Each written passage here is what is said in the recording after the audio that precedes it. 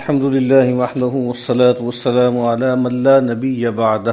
یہاں پہ ہم استعمار اور نو استعمار کے موضوع پر جو ایک سیریز ہم نے شروع کر رکھی ہے، ہم اب دیکھ رہے تھے کہ بر صغیر میں خاص طور پر جب استعمار آیا، انگریز آیا، اور ایک لحاظ سے جیسے نئی دنیا، جدید دنیا، یورپ، مغرب، اور جس کو اگر آپ سر سید کے زمانے سے دیکھیں تو ایک اصطلاح جو ہے وہ استعمال ہونی شروع ہو گئی، نئی روشنی، پرانی روشنی اور نئی روشنی۔ کیونکہ مغرب میں جو تبدیلی آئی تھی اس کا ایک بڑا عنوان انلائٹنمنٹ تھا، ٹھیک ہے، تو تحریک روشن خیالی اور تحریک تنویر، تحریک خرد افروزی، تو جیسے ایک تصادم سا پیدا ہو گیا پرانی روشنی میں اور نئی روشنی میں۔ اکبر آبادی نے کہا تھا نا کہ پرانی روشنی میں اور نئی میں فرق اتنا ہے، اسے کشتی نہیں ملتی، اسے ساحل نہیں ملتا۔ تو ایک پرانی روشنی ہے، ایک نئی روشنی ہے۔ تو امت مسلمہ کے ہاں اور خاص طور پہ بر صغیر میں یہ جو نئی روشنی آئی ہے اور نئی تہذیب آئی ہے، مغربیت آئی ہے، جدیدیت آئی ہے، تو یہ جیسے کلونیلٹی یا کلونیلزم کی کے گائس میں، اس کی بہروپ میں آئی ہے، اس کے بھیس میں آئی۔ تو ہمارے لیے جیسے یہ کوئی آپشنل چیز نہیں تھی کہ ہمیں کوئی موقع ملتا سوچ بچار کرنے کا، غور و فکر کرنے کا، خذ ما صفا دا ما قدر، جو بظاہر بڑی ہی آئیڈیل سی پوزیشن لگتی ہے، ہمارے لیے یہ آپشن نہیں تھی، ایک جبر کی طرح ہم پر مسلط کی گئی۔ تو اب ہم یہ جو دیکھ رہے ہیں اس کو، جیسے کچھ لوگ اس کو ایسے بھی کہہ سکتے ہیں ورائٹیز آف مسلم رسپانس، کہ جو مڈرنٹی کہہ لیں یا کلونیلٹی کہہ لیں، اس کے مقابل میں مسلمانوں کا جو رسپانس آیا ہے اس کی کیا ورائٹی۔ پچھلی مرتبہ ہم نے محترم ڈاکٹر اسحاق احمد صاحب علیہ رحمہ، ان کی جو کتابچہ ہے ان کا اسلام کی نشت ثانیہ، اس کا ایک ہم نے دیکھا تھا اقتباس۔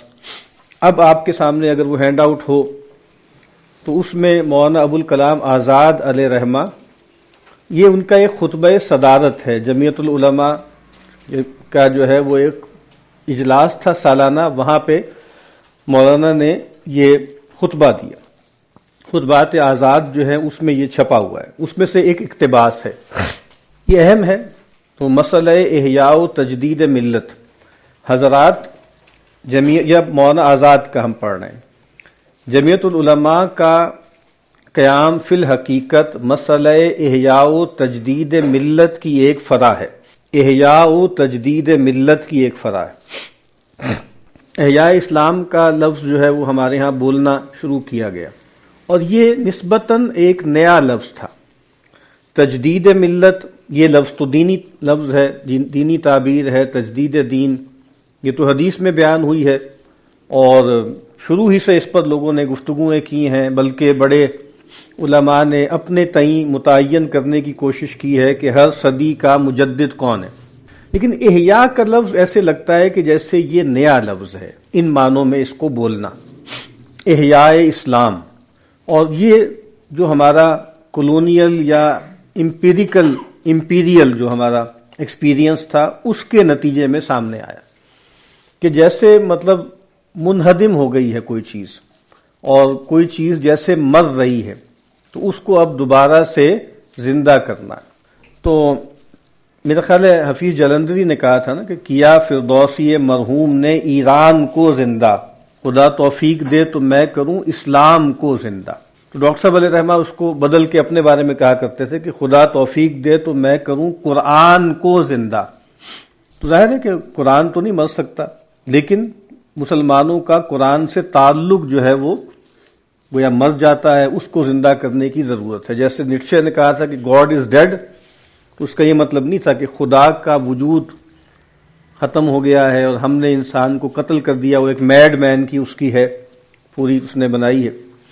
تو وہاں پر بھی یہی ہے کہ جدید یورپ کے لوگوں میں، ان کی کانشیسنس میں بھی اور ان کے کلچر میں بھی، ان کی ثقافت میں سے بھی خدا آہستہ آہستہ نکلتا جا رہا ہے، گویا خدا وجود نہیں رکھتا۔ تو اب کہتے ہیں کہ یہ جو جمعیت علماء ہم نے بنائی ہے، یہ بنیادی طور پر مسئلہ احیاء و تجدید ملت کی ایک فرع ہے، جو گزشتہ ایک صدی سے تمام عالم اسلامی میں دعات اصلاح و ترقی کے لیے مبحث افکار و مارکہ آراء و نظارہ رہ چکا ہے۔ دعات اصلاح و ترقی، اب وہی بات کہ دیکھیں اس میں سے بھی ایک لفظ جو ہے وہ دینی ہے، اصلاح، اور ایک پیغمبر نے یہ کہا ان ارید الا الاصلاح ما استطعت، لیکن اب ترقی کا بھی ایک بیانیہ سامنے آیا کہ ہم مغربی طاقتوں سے مغلوب مفتوح ہو گئے، تو اس کا سبب یہ ہے کہ وہ ہم سے زیادہ وہ ترقی یافتہ ہیں اور ہم ترقی نہیں کر سکے۔ اور یہ احساس سب سے پہلے تو ہوا ہے گیجٹس میں، ٹیکنالوجی میں، اس کے بعد پھر آہستہ آہستہ ہر چیز میں ہونا شروع ہو گیا۔ تو دعات اصلاح و ترقی، اور چونکہ ترقی کو جوڑ دیا گیا ہے مغرب کے ساتھ۔ داؤد رہبر صاحب ایک مفکر تھے بڑے لبرل قسم کے، ان کے والد صاحب ڈاکٹر محمد اقبال، یہ اورینٹل کالج کے پرنسپل بھی رہے، عربی کے پروفیسر تھے، تو یہ ذرا جدید ذہن کے آدمی تھے، تو ان کی اچھی تحریریں ہوتی ہیں۔ تو ایک ان کی تحریروں کا مجموعہ ہے نسخہ ہائے وفا، اور اس میں ایک مضمون ہے، اس کا نام ہے ترقی اور تفرنج۔ ترقی اور تفرنج یعنی ویسٹرنائزیشن کیا ہے، یہ تفرنج ہے۔ تو ترقی اور تفرنج کیا یہ سینونیم ہے؟ اور اگر ہمیں ترقی کرنی ہے تو کیا تفرنج بھی انیویٹیبل ہے، یا ترقی کی کوئی ایسی شکل ہے جس میں ہم تفرنج سے بچ سکیں، پروگریسو ہو جائیں وداؤٹ بینگ ویسٹرنائزڈ؟ یہ ایک مسئلہ شروع سے چلا آ رہا ہے، اور یہ جو پرانا ایک ڈیلیما ہے، یہاں پر کئی مرتبہ بات بھی ہو چکی کہ کیا ماڈرن ہونے کا مطلب ویسٹرن ہونا ہے؟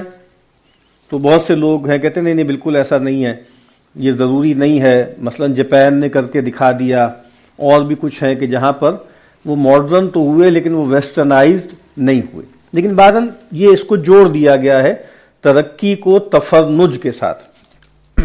تو اصلاح و دعات اصلاح و ترقی، مسئلہ احیاء ملت کا مقصود واضح ہے، یعنی مسلمانوں کو موجودہ پستی اور ادبار سے نکالنے اور ان کے عز و اقبال رفتہ کو واپس لانے کے لیے کیا اسباب و وسائل اختیار کرنے چاہیے، اور راہ عمل و فوز کیا ہو سکتی۔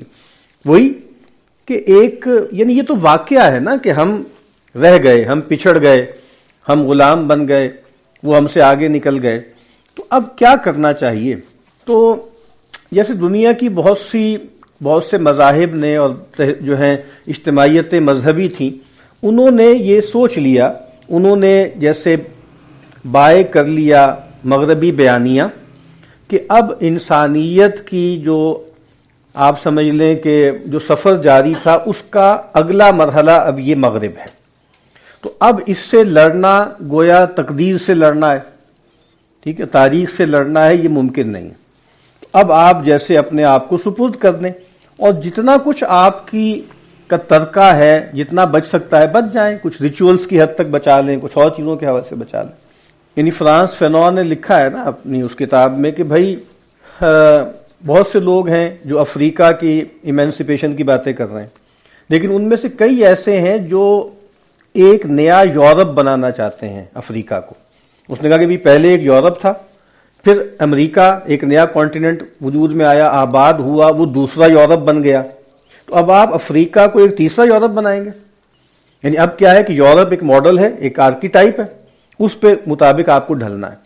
تو اب آپ دیکھ رہے ہیں نا کہ یعنی یورپ پہلا، دوسرا امریکہ، تیسرا یورپ جو ہے مثال کے طور پہ اب وہ چائنا بن رہا ہے، چوتھا یورپ جو ہے جو کہ تقریباً بن چکا ہے وہ انڈیا ہے۔ یعنی انڈیا کی جو اربن کلاس ہے، پڑھی لکھی ٹیکنوکریٹ، وہ جتنی ویسٹرنائزڈ ہے اور وہ جس طریقے سے ویسٹرن آئیڈیلز میں ڈھل چکی ہے، شاید ویسی کامیابی کہیں نہ ملی ہو۔ یہاں ہم نے ایک اقتباس بھی پڑھا تھا ورڈکٹ آن انڈیا پر، اس میں بھی انہوں نے کہا تھا کہ ہمیں لگتا ہے کہ سب سے زیادہ ہمیں جو کامیابی حاصل ہوگی اپنی تہذیب کو ریپلیکیٹ کرنے میں، وہ شاید ہمیں ہندوستان ہی میں ہوگی، اور اس وقت ہمیں کم از کم وہاں نظر آ رہی ہے۔ اس بارے میں ابتدا سے 3 مختلف مذاہب اصلاح ہیں جو ہندوستان، مصر، ترکی، ایران، تیونس اور بلاد ترکستان و قفقاز کے داعیان اصلاح نے اختیار کیے۔ تو پہلا مذہب وہ ہے جسے میں اصلاح افرنجی سے موسوم کرتا ہوں۔ افرنج وہی افرنگ ہے، اور آپ کو پتا ہے کہ عربی میں الفابیٹس میں گاف نہیں ہوتا تو وہ افرنج ہو جاتا ہے۔ گزشتہ صدی یورپ کے تمدن و صنائع کے ظہور و اعلان کا عہد تھا۔ یورپ کی پستی نہایت تیزی کے ساتھ بلند ہو رہی ہے، اور مشرق کی بلندی موجودہ پستی کی طرف اسی تیزی سے گر رہی تھی۔ پستی اور بلندی، اور چونکہ پستی اور بلندی کا معیار اب بن چکا ہے میٹیریل پلین پہ نا، دس ورلڈلی پلین پہ، تو اب ظاہر بات ہے یورپ اسینڈ کر رہا ہے اور مشرق جو ہے وہ ڈسینڈ کر رہا ہے، وہ نیچے کی طرف آ رہا ہے۔ جب یورپ کی تمدن کا ہوش ربا جلوہ اسلامی ممالک کے سامنے بے نقاب ہوا تو دو مختلف اثرات دو مختلف جماعتوں پر مرتب ہوئے۔ غالب جماعت نے تو اپنی غفلت اور جمود کی وجہ سے اس انقلاب اور تغیر کی طرف نظر ہی نہیں اٹھائی، لیکن ایک جماعت ارباب بینش و خبر کی بھی تھی جس نے فوراً تغیر احوال محسوس کیا، لیکن جیسا کہ طبیعت بشری کا خاصہ ہے، اپنی پستی و کمزوری اور جلوہ کی نظر فریبی اور ہوش ربائی کی وجہ سے اول نظر مرعوب و مسحور ہو گئی، اور مقابلہ و مقاومت کی جگہ تقلید و اطاعت کے جذبات اس میں پیدا ہو گئے۔ اب یہ کون سے ہیں جو کنفارمسٹ ہیں، یہ کون سے ہیں جو کمپرومائز کر رہے ہیں؟ ان میں سے انتہائی پوزیشن کیا ہے جس کو ایسیمیلیشن کہتے ہیں، کہ بالکل جیسے ان میں مدغم ہو جائیں، ضم ہو جائیں۔ ہندوستان میں سر سید احمد خان اور مرحوم اور متبعین و مقلدین، ترکی میں سلطان محمود خان اور ان کے عہد کے وزراء مثلاً فواد پاشا، مصر میں محمد علی پاشا، تیونس میں خیر الدین صاحب المسالک اقوام۔ خیر الدین تیونسی بڑے مشہور وہاں کے قاضی تھے، انہوں نے ایک کتاب لکھی اور بڑی دلچسپ کتاب ہے وہ، جو جب بھی مسلمانوں کے عروج و زوال کا قصہ آتا ہے نا تو اس میں وہ کتاب کا ذکر ضرور آتا ہے۔ انہوں نے جیسے ایک ورلڈ کانگریس کا ایک نقشہ پیش کیا، ایک ورلڈ کانگریس ہو رہی ہے، اس میں مسلمان ممالک کے مندوبین ہیں، اور وہ ایشو یہی ہے، وہی جو شکیب ارسلان نے رسالہ لکھا کہ لماذا تأخر المسلمون وتقدم غیرهم، یہی مسئلہ ہے۔ اب کوئی وہاں کا کئی ایتھوپیا کا بندہ کھڑا ہو رہا ہے، مصر کا کھڑا ہو رہا ہے، ہندوستان کا کھڑا ہو رہا ہے، سب اٹھ کے بتا رہے ہیں کہ بھائی ہمارے تأخر اور مغرب کے تقدم کے اسباب کیا ہیں، تو وہ بتا رہے ہیں۔ تو یہ بھی مطلب جیسے بہت زیادہ ایک ماڈرنسٹ تھے خیر الدین تیونسی، اور بیرم تونسی صاحب صفت الاعتبار وغیرہ ہم اسی گروہ میں محسوب ہیں، یعنی محسوب کا مطلب ہے اس میں کاؤنٹ کیے جائیں گے، حساب سے ہے۔ یہ ظاہر بات ہے تھوڑی سی ابوالکلام کی جو نسل ہے وہ عربی اور فارسی زدہ ہوتی ہے، بہت آپ کو معلوم بھی ہوگا کہ ان کی والدہ عرب تھی نا، یعنی ان کی مادری زبان ابوالکلام کی عربی تھی۔ انہوں نے اصلاح و تغیر کے لیے صرف یورپ کی تقلید، علوم حدیث کی ترویج، یہاں پہ علوم حدیث سے مراد جدید ہے، یعنی آپ کو پتا ہے نا کہ حدیث کی جب ڈیفینیشن کی جاتی ہے تو حدیث کیا ہے؟ ضد القدیم، حدیث بمانی جدید، یہاں پہ یہ علم حدیث والا نہیں ہوتا، ٹھیک ہے، یعنی جدید علوم کی ترویج، عادات و خصائل فرنگ کے خلق و شبہ، یعنی جو ان کے اخلاق ہیں ان کے وہ عادات اور خصائل جو ہیں اختیار کر لیے جائیں، اور ان کے ذہنی و علمی تعبد و اطاعت کو اساس کار و اعتقاد اصلاح قرار دیا۔ یعنی یہ وہ لوگ تھے کہ جنہوں نے کہا کہ بس اب یورپ ہی ہے، اسی کی تقلید کرنی۔ یہ کون سا ہے؟ اس کو کہہ رہے ہیں اصلاح افرنجی، اصلاح افرنجی۔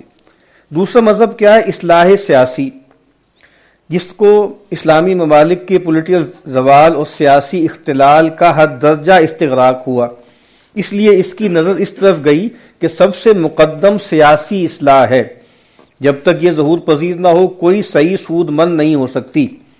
تو اس کے سب سے بڑے داعی کون ہیں؟ سید جمال الدین اسد آبادی، یہاں آئین سے لکھا ہوا ہے، ویسے اسد آباد ہے بغیر آئین کے۔ جمال الدین افغانی، انہوں نے دھوکہ دینے کے لیے یا ویسے مختلف اسباب سے اپنی آئیڈینٹی کو افغان شو کیا، حالانکہ وہ پرشین تھے، ایرانی تھے، اور مسلکن جیسے اہل تشیع میں سے تھے، اس کو بھی وہ چھپاتے رہے، تقیہ کرتے رہے، اور اپنی آئیڈینٹی افغانی کسی بنا دی، حالانکہ وہ جو ہے جمال الدین اسد آبادی ہیں، اسد آباد جو ایران کا ایک علاقہ ہے، اور ترکی میں مدحت پاشا ابو الاحرار کی دعوت بھی اسی مسلک کے محسوب ہیں۔ پہلا کیا ہے؟ اصلاح افرنجی، دوسرا کیا ہے؟ اصلاح سیاسی، تیسرا مذہب کیا ہے؟ اصلاح دینی و اسلامی۔ اور اگرچہ اس مذہب کے دعات بمقابلہ مذاہب سابقہ قلیل رہے ہیں، مگر فی الحقیقت مسئلہ اصلاح میں یہی گروہ اصحاب رشد و ہدایت اور سالکین جادہ اقتصاد حق کا رہا ہے۔ بحکم حدیث قلیل فی ناس سوء کثیر، یہ اصل میں اس حدیث کے مختلف ورژنز ہیں جو مشہور حدیث ہے کہ بدأ الاسلام غریبا وسیعود کما بدأ فطوبى للغرباء۔ اب یہ غرباء کون ہے؟ ایک روایت میں آیا الذین یصلحون عند فساد الناس، کہ جب فساد برپا ہو جائے تو یہ اصلاح کرتے ہیں۔ تو کہتے ہیں یہ وہی غرباء کی جماعت ہے۔ آپ کو معلوم ہے کراچی میں جمعیت غرباء اہل حدیث ایک بہت پرانی جماعت ہے، وہاں بھی غرباء کا مطلب فقیر یا مفلس نہیں ہے، یعنی اجنبی۔ تو کہا کہ یہ لوگ کون ہیں؟ گویا یہ غرباء ہیں، اور یہ لوگ کیا ہیں؟ بہت زیادہ بڑی تعداد میں برے لوگوں کے درمیان تھوڑی سی ایک شرذمۃ قلیلہ جس کو کہا جاتے ہیں، چھوٹا سا ایک گروہ، گو ان کی تعداد قلیل اور ان کی صدائیں ضعیف رہیں، لیکن زمانہ روز بروز ان کی دعوت سے قریب ہوتا گیا، اور مذاہب سابقہ کی نامرادیوں نے بہت جلد اس مسلک کی صحت و حفاظت دنیائے اسلام پر آشکار کر دی۔ یہ انہوں نے پہلے 3 گروہ بتائے ہیں۔ اب وہ اپنا کام بتا رہے ہیں کہ بھئی میں نے جو کام کیا ہے یا کرنے کی کوشش کی ہے وہ کیا ہے۔ تو کہتے ہیں میں نے اسی جو مسلک اصلاح ہے اس کی بنیاد پر میں نے 1912 میں الہلال جاری کیا۔ پھر اسلام کے نظم شریعت میں دین و دنیا کی تقسیم نہیں ہے۔ اسلام نے شریعت الہی کو نوع انسانی کی تمام سعادت و ہدایت کا کفیل و سرچشمہ قرار دیا ہے، اور مسلمانوں کی سیاسی، علمی، اخلاقی، قومی و مدنی زندگی کی بنیاد صرف ایک ہی حقیقت جامعہ پر ہے، یعنی شریعت اسلامیہ اور کتاب و سنت پر۔ مسلمانوں کی قومیت صادقہ کی بنیاد صرف شریعت کا علم و عمل ہے۔ شریعت نے انہیں بتایا تھا کہ دنیا میں سب سے بڑی قوم وہی ہے، وہی خیر الامم ہے، وہی خیر البریہ ہیں، وہی شہداء علی الناس ہیں، وہی شہداء اللہ فی الارض ہیں۔ ان کے عروج و سعادت کی علت صرف یہ تھی کہ قرآن حکیم اور سنت رسول کو انہوں نے اپنا دستور العمل قرار دیا تھا۔ ادھر اوپر تو چل جائیں، یہ جگہ ہے ادھر بھی جگہ۔ قرآن حکیم کی نسبت صاحب قرآن کا اعلان تھا ان اللہ یرفع بہذا الکتاب اقواما ویضع بہ آخرین۔ یہ حدیث بہت اہم ہے، ڈاکٹر صاحب بھی اس کو بہت نقل کرتے تھے۔ اس حدیث کی ایک جدید انٹرپریٹیشن بھی لوگوں نے کی، جیسے انتم الاعلون ان کنتم مومنین کی، یعنی اس کا ایک مفہوم مخالف لے لیا کہ بھئی تم ہی غالب ہوگے اگر تم مومن ہو۔ تو مسلمان جو ہیں کلمہ گو وہ تو غالب نہیں ہے، اس کا مطلب ہے کہ وہ مومن نہیں ہے۔ تو پھر غالب کون ہے؟ غالب تو مغربی اقوام ہے، یورپی اقوام ہے۔ تو اس کا مطلب یہ ہے کہ حقیقی مومن وہ ہے، یعنی مسلمانوں نے دین کے اصول و ضوابط کو چھوڑ دیا، وہ ذلیل ہو گئے۔ اچھا، اس حدیث کو بھی کچھ لوگ اس طرح بیان کرتے ہیں کہ دیکھیں قرآن مجید کے اصول و ضوابط ہیں، ان کے ساتھ جو کمٹمنٹ کرے گا وہ غالب آ جائے گا۔ مسلمان کمیٹڈ تھے، وہ غالب آئے۔ مسلمانوں نے قرآن کے اصولوں کو چھوڑ دیا، وہ مغلوب ہو گئے۔ یورپ نے مسلمانوں ہی کے ذریعے ان سے وہ دین کے اور عروج کے جو ہے اصول و ضوابط لے لیے، اور پھر وہ غالب آ گئے۔ تو یہ خاصی ڈسٹورٹڈ سی انٹرپریٹیشن ہے، اس کا یہ مطلب ہے ہی نہیں۔ اس کا کانٹیکسٹ کیا ہے حدیث کا؟ سیدنا عمر رضی اللہ تعالی عنہ جب امیر المؤمنین ہیں، اور آپ کو معلوم ہونا چاہیے کہ وہ پہلے حکمران ہیں مسلمانوں کے جنہوں نے اپنے لیے یہ لقب اختیار کیا۔ سیدنا ابوبکر صدیق تو رسول اللہ کے وارث و جانشین تھے، تو خلیفۃ الرسول کہلائے۔ اب جب یہ بنے تو لوگوں نے ان سے کہا خلیفۃ الرسول، رسول کے خلیفہ کے خلیفہ، رسول کے جانشین کے جانشین، جیسے صحابہ کہا کرتے تھے کہ نحن رسول اللہ، تو خلیفۃ الرسول۔ تو سیدنا عمر کو احساس ہو گیا نا کہ یہ اضافت تو بڑھتی جائے گی نا، اگلے ہو جائیں گے خلیفت الرسول، تو کہاں تک لے جائیں گے؟ تو انہوں نے کہا بھئی دیکھو تم اہل ایمان ہو، میں تمہارا حکمران ہوں، تم مجھے امیر المومنین کہہ لو۔ تو یہ پہلے حکمران ہیں جنہوں نے یہ لقب اختیار کیا۔ وہ ایک جگہ گئے، وہاں جا کے انہوں نے پوچھا کہ مختلف عہدوں پہ نا، نچلے عہدوں پہ کون لوگ فائز ہیں؟ ان کو بتایا فلاں فلاں فلاں فلاں۔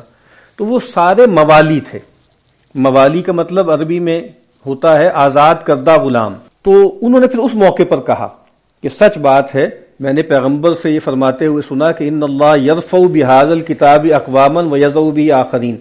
مطلب کیا ہے کہ ابو جہل، ابو لہب، عتبہ اور شیبہ، یہ اقوام ہے نا، افراد ہیں، اقوام ہیں، انہوں نے قرآن سے بیٹریل کیا تو اللہ نے ان کو کار مذلت میں گرا دیا۔ اور کوئی حبشی ہے، کوئی فارسی ہے، کوئی اس لحاظ سے ان کی ہائرارکی میں کمتر طبقات، کمتر جو ہے قبائل ہیں، یہاں تک کہ آزاد کردہ غلام، اس کا سوال ہی نہیں تھا کہ کوئی آدمی جو ہے وہ کسی اتھارٹی پوزیشن پہ آ سکتا ہے۔ اس موقع پہ انہوں نے یہ کہا کہ ہاں سچ کہا تھا پیغمبر نے کہ ان اللہ یرفع، یہ ہے رفع اور یضع، ٹھیک ہے، لیکن اس کو آج جس طریقے سے بیان کیا جا رہا ہے وہ ٹھیک نہیں۔ بہرحال اللہ تعالیٰ اس کتاب کی اچھا، بس جب مسلمانوں نے قرآن و سنت کا علم و عمل ترک کر دیا تو اقبال و عروج نے بھی ان سے کنارہ کشی کر لی۔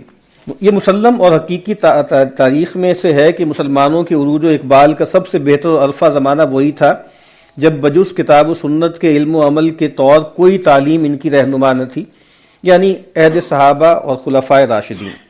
آگے پھر عبداللہ ابن مسعود کا قول نقل کیا گیا کہ جب کچھ لوگوں نے ان سے کہا نا کہ بھئی آپ جو ہیں وہ ہمارے پیشوا ہیں اور آپ جو ہیں ہمارے بڑے بن جائیں، تو انہوں نے کہا اولئک اصحاب محمد، کہا وہ تو رسول اللہ صلی اللہ علیہ وسلم کے اصحاب تھے۔ اور پھر انہوں نے کہا کہ من کان مستنن فلیستن بمن ہوا مات، جس کو اسوہ بنانا ہے نا، قدوہ بنانا ہے، کسی نے رول ماڈل بنانا ہے، اس کو بنائے کہ جو دنیا سے جا چکا۔ فإن الحی لا تؤمن علیہ الفتنہ، کہ زندہ آدمی فتنے سے مامون نہیں ہے، بڑے سے بڑا آدمی ہے، معلوم نہیں اس کا خاتمہ کس چیز پہ ہوگا، کوئی نئی شکل آ جائے، کوئی نیا فتنہ۔ تو کہا اولئک اصحاب محمد، حالانکہ وہ خود اصحاب محمد میں سے ہیں لیکن وہ اپنے بڑوں کا ذکر کر، کہا کہ یہ وہ تھے، وہ کون لوگ تھے؟ ابرہا قلوبا واعمقہا علما واقلہا تکلفا، قوم اختارہم اللہ لصحبت نبیہ واقامت دینہ فعرفوا لہم حقہم تمسکوا بہدیہم فانہم کانوا علی الہدی المستقیم۔ تو مطلب یہ وہ لوگ تھے۔ اور تنزل و فساد کا عہد اسی وقت سے شروع ہوا جبکہ اقوام ماضیہ مغزوبیہ کے علوم و اعمال بشکل علوم دخیلہ اور اعمال بدعیہ ان میں رائج ہوئے۔ زوال کب ہوا؟ اقوام ماضیہ، اور صرف ماضی میں، اور کون سی؟ مغزوبہ، یہود، خاص طور پہ یہود و نصارہ، تو ان کے علوم و اعمال دخیلہ، علوم دخیلہ۔ اب جتنے بھی مغربی علوم ہیں ہماری اجتماعیت کے لیے وہ علوم دخیلہ ہیں جو اصلاً اس کا حصہ نہیں ہے، خارج سے آئے ہیں۔ جب اسلامی یونیورسٹی میں ہم پڑھتے تھے تو علوم القرآن کا ایک سبجیکٹ تھا، اس کا نام تھا الدخیل فی التفسیر، ٹھیک ہے۔ اس میں کیا موضوعات تھے کہ بھئی موضوعات کہاں سے آئیں، موضوعات احادیث کہاں سے آئی، اسرائیلیات کیسے آ گئیں تفسیر میں، اور اسی طریقے سے جو تفسیر اشاری ہے وہ کیسے آ گئی، وغیرہ وغیرہ۔ تو یہ الدخیل ہے، یعنی یہ ہماری اپنی جمپل نہیں ہے، جس کو ہم کہتے ہیں نا انڈیجنس، یہ انڈیجنس نہیں ہے، یہ خارج سے آئے ہیں، فورنر ہیں، ٹھیک ہے۔ تو علوم باہر سے آ گئے اور اعمال بدیہ ان میں رائج ہوئے۔ ایک ہی علت کے دو مختلف نتائج نہیں نکل سکتے، بس اگر اب بھی مسلمان اپنے عروج رفتہ کو دوبارہ حاصل کر سکتے ہیں تو اس کی صرف ایک ہی راہ ہے، اس کے علاوہ اور جس قدر راہیں بھی کھلی ہوں گی گمراہی و فساد کی ہوں گی، یعنی علم و عمل شریعت کا احیاء اور ترک و ہجر شریعت کا انسداد۔ یہ سادہ سی بات۔ ایک قول ہے سیدنا ابوبکر صدیق کی طرف بھی منسوب ہے اور امام مالک کی طرف تو قطعیت کے ساتھ منسوب ہے کہ لا یصلح آخر هذه الامہ الا بما صلح به اولها، کہ اس امت کے آخری حصے کی اصلاح نہیں ہو سکتی مگر اسی طریق پر جس پر پہلے حصے کی اصلاح ہوئی تھی، وہی یہاں بتا رہے ہیں۔ اس مسلک کی بنیاد اس ایمانی اور اعتقادی حقیقت پر بھی تھی کہ شریعت اسلامیہ آخری و اکمل شریعت ہے، اکملت لکم دینکم واتممت علیکم نعمتی، اور اس کا وعدہ ہے لیظہرہ علی الدین کلہ۔ یقیناً اس وعدے کا ابھی ظہور نہیں ہوا۔ اب یہ والی بات کہ اظہار دین پوری طرح نہیں ہوا، یہ بات بھی کولونیلزم کے بعد سامنے آئی، ورنہ یہ آیت قرآن مجید میں 3 جگہ پر بیان ہوئی ہے، والذی ارسل رسولہ بالہدی ودین الحق لیظہرہ علی الدین کلہ، 2 جگہ پہ آئی۔ تو یہ والی بات کہ اظہار دین کا ایک حصہ ہوا ہے، ایک انفنش پروجیکٹ ہے، یہ دوسرا ہونا ہے۔ مطلب مجھے نہیں پتا کہ روایتی تفسیروں میں کیا اس کو اس طرح بیان کیا گیا، ایسا نہیں ہے، یہ اس کے بعد ہوا ہے، کیونکہ جب ہم مغلوب ہو گئے دوبارہ تو اب ہمیں لگا کہ اب دوبارہ جو غلبہ ہوگا تو اب وہ گلوبل ہوگا، کیونکہ روایات میں اس کا تذکرہ موجود ہے نا. تو یہ جو احساس ہے، یہ والی انٹرپریٹیشن بھی نسبتاً نئی ہے. ورنہ تو شاہ عبد القادر صاحب علیہ رحمہ نے جب ترجمہ اس کا کیا تو کہا کہ دین جو ہے وہ، انہوں نے کہا کہ دلیل سے اور اس سے جو ہے وہ قیامت تک کے لیے غالب ہے، اور زمینی طور پہ بھی ایک خاص وقت تک ایک خاص علاقے میں غالب رہا اور قیامت سے پہلے دوبارہ ہو جائے گا. لیکن یہ بات کہ اصل میں اظہار دین ہو چکا ہے. اظہار دین بئی معنی کہ جاء الحق و زہق الباطل ان الباطل کان زہوقا، خارج میں زمین پر کبھی مغلوب ہوں گے کبھی غالب ہوں گے، ہر طرح کے فیزز آتے رہیں گے. پس ضرور ہے کہ وعدہ الہی ظاہر ہو، اور اس لیے مستقبل کے لیے اگر کوئی راہ فوز و فتح ہو سکتی ہے تو وہ صرف دعوت شریعت اور احیاء عمل بالقرآن ہی ہے. مسلمانوں سے اہتداء و اتباع شریعت محجور نہیں ہوا، مگر علماء اسلام کی غفلت و اعراض سے یعنی محجور کب ہوا ہے؟ کیونکہ علماء اسلام نے غفلت اور اعراض کیا. شریعت کے علم و عمل کے وہی حامل و مبلغ تھے، اور امت کی حیات شریعہ کا تمام دار و مدار ان کی حیات علمی و عملی پر تھا. دیکھیں یہ بات کہ آدمی پریویلیجز کو قبول کرے، اسی طریقے سے جو ذمہ داری آتی ہے، جو لائبلٹی آتی ہے، اس کو بھی قبول کرے. اس وقت زیادہ تر صورتحال یہ ہے کہ ہمارے ہاں علماء کے طبقے میں ہر طرح کے لوگ ہیں، لیکن عام طور پہ ان کے ہاں پریویلیج کا جو احساس ہے وہ غالب ہے کہ جی ہم ورثۃ الانبیاء ہیں اور ہمارا یہ پریویلیج ہے اور ہماری یہ عظمت ہے. لیکن پھر ذمہ داری بھی تو آپ پہ زیادہ ہے نا. تو یہاں مولانا ابوالکلام آزاد یہ کہہ رہے ہیں کہ اس وقت مسلمان عوام میں اگر خرابی میس اسکیل پہ بہت بڑھ گئی ہے تو بہرحال اس کی ذمہ داری علماء پر آئے گی. ٹھیک ہے، اور اس طرح کے اقوال آپ کو شروع سے مل جائیں گے کہ بھئی دو طبقات اگر سدھر جائیں تو امت سدھر جاتی ہے، اور دو طبقات اگر کرپٹ ہو جائیں تو امت کرپٹ ہو جاتی ہے. اور وہ کیا ہے؟ وہ علماء اور امراء ہیں. یعنی علماء اور فقہا وہ تو ایک کیٹیگری ہو گئی، اور امراء اور سلاطین اور ائمہ بمانی پولیٹیکل جو حکمران. تو جیسے یہ بات ہے کہ بھئی اسی لیے کہا نا کہ سب سے بڑا خیر بھی علماء کا خیر ہے اور سب سے بڑا شر بھی علماء کا شر ہے. جب کتاب و سنت کا ترک و ہجرت، تفرقہ و تشتت، وحدت اور سبل متفرقہ کا شعور، اختلاف و تہذب کی عصبیت، تہذب یعنی بہت زیادہ حزبیت، گروہیت جس کو کہا جاتا ہے، علوم محدثہ کا استغراق، نئے نئے علوم اس میں مستغرق ہونا، حب جاہ و ریاست کا استیلاء، فریضہ دعوت الی الخیر و امر بالمعروف و نہی المنکر سے تغافل، اہوائے سلاطین و امراء کا اتباع، اجتہاد فکر و نظر کا فقدان. اب یہ جیسے ایک بتا رہے ہیں کہ جیسے چارج شیٹ ہی بتا رہے ہیں نا کہ بھئی کیا کیا مسائل پیدا ہوئے، تو یہ بتا رہے ہیں ایک وائٹ پیپر سا جیسے ہوتا ہے نا کہ یہ مسئلے. غرض یہ کہ منصب نیابت نبوت کا ضیاء، نیابت نبوت علماء کا منصب ہے نا خود. اچھا، اور اخبار ہوگا، یہ اخبار غلط ہے. احبار و رہبان اہل کتاب کے متذکرہ قرآن مفاسد کا بحکم یاتی علی امتی ما اتا علی بنی اسرائیل حزو النال بالنال او کما قال. پیغمبر نے فرمایا تھا نا کہ میری امت پر بھی وہ سارے معاملات آئیں گے جو بنی اسرائیل پر آئے تھے، ایسے مشابہ ہوں گے جیسے ایک جوتا دوسرے جوتے سے مشابہ ہوتا. اور دوسری روایت فرمایا کہ لَتَتَّبِعَنَّ سَنَنَ مَنْ كَانَ قَبْلَكُمْ شِبْرًا بِشِبْرٍ وَذِرَاعًا بِذِرَاعٍ، کہ تم جو ہے پرانی قوموں کے جو طریقے ہیں، اسوے ہیں، سنتیں ہیں، ان کی پیروی کرو گے، ڈٹو کاپی کرو گے. جیسے ایک ہاتھ دوسرے ہاتھ سے، ایک بالش دوسری بالش سے مشابہ ہوتا. ظہور و احاطہ خود طبقہ علماء میں بحد کمال پہنچ گیا تو اس کا لازمی نتیجہ امت کی ہلاکت تھا، اور وہ ظہور میں آیا. وَكَانَ وَعْدًا مَفْعُولًا. پس اب اگر اصلاح حال کی کوئی راہ صحیح ہے تو صرف یہی ہے کہ علماء امت کے طبقہ میں احساس حال کی تبدیلی پیدا ہو اور وہ اپنے منصب عظیم کو از سر نو سنبھال لینے کے لیے آمادہ ہو جائیں. میں پچھلے دنوں مولانا شبیر احمد عثمانی علیہ رحمہ کے مکتوبات پڑھ رہا تھا. اس کا ایک حصہ جو ہے پاکستان سے متعلق ہے، کیونکہ پاکستان کے حوالے سے آپ کو معلوم ہے کہ حضرت تھانوی کا موقف اور تھا، پھر یہ ان کے ساتھ تھے، پھر جمعیت علماء ایک نئی بنی جو پرو سپریشن تھی یا پرو پارٹیشن کہہ لیں اس کو، پرو پاکستان تھی. تو بڑے بڑے علماء کے خطوط ہیں جو انہوں نے لکھے انہیں. پھر جیسے ایک صاحب نے مولانا منظور نعمانی کا ایک خط بڑا ہی جیسے دل جیسے پھٹنے لگتا ہے اس کو پڑھ کے نا، کہ انہوں نے وہ منظر دیکھا، اس جلسے میں گئے جہاں پر جو ہے وہ مسلم لیگ کے لونڈے لپاڑوں نے مولانا حسین احمد مدنی علیہ رحمہ کی توہین کی، ان کی پگڑی اچھالی اور بہت مغلظات بکی. تو وہ اب مولانا منظور نعمانی صاحب بھی لکھ رہے ہیں. پھر ایک خط ان کا بھی ہے، یہ جو عطاء الحق قاسمی صاحب کے والد ہیں نا، بہاء الحق قاسمی، یہ بھی بعد میں احرار میں شامل ہو گئے تھے لیکن جمعیت علماء میں سے تھے. تو وہ بار بار پوچھ رہے ہیں کہ بھائی مسلمانوں کی قیادت کس کے پاس ہونی چاہیے؟ یہ جو بات یہاں پہ کر رہے ہیں نا، بھائی علماء کے پاس ہونی چاہیے، وہ ورثۃ الانبیاء ہے یا ایسے لوگ کہ جن کا مسلمان ہونا ہی مشکوک ہے.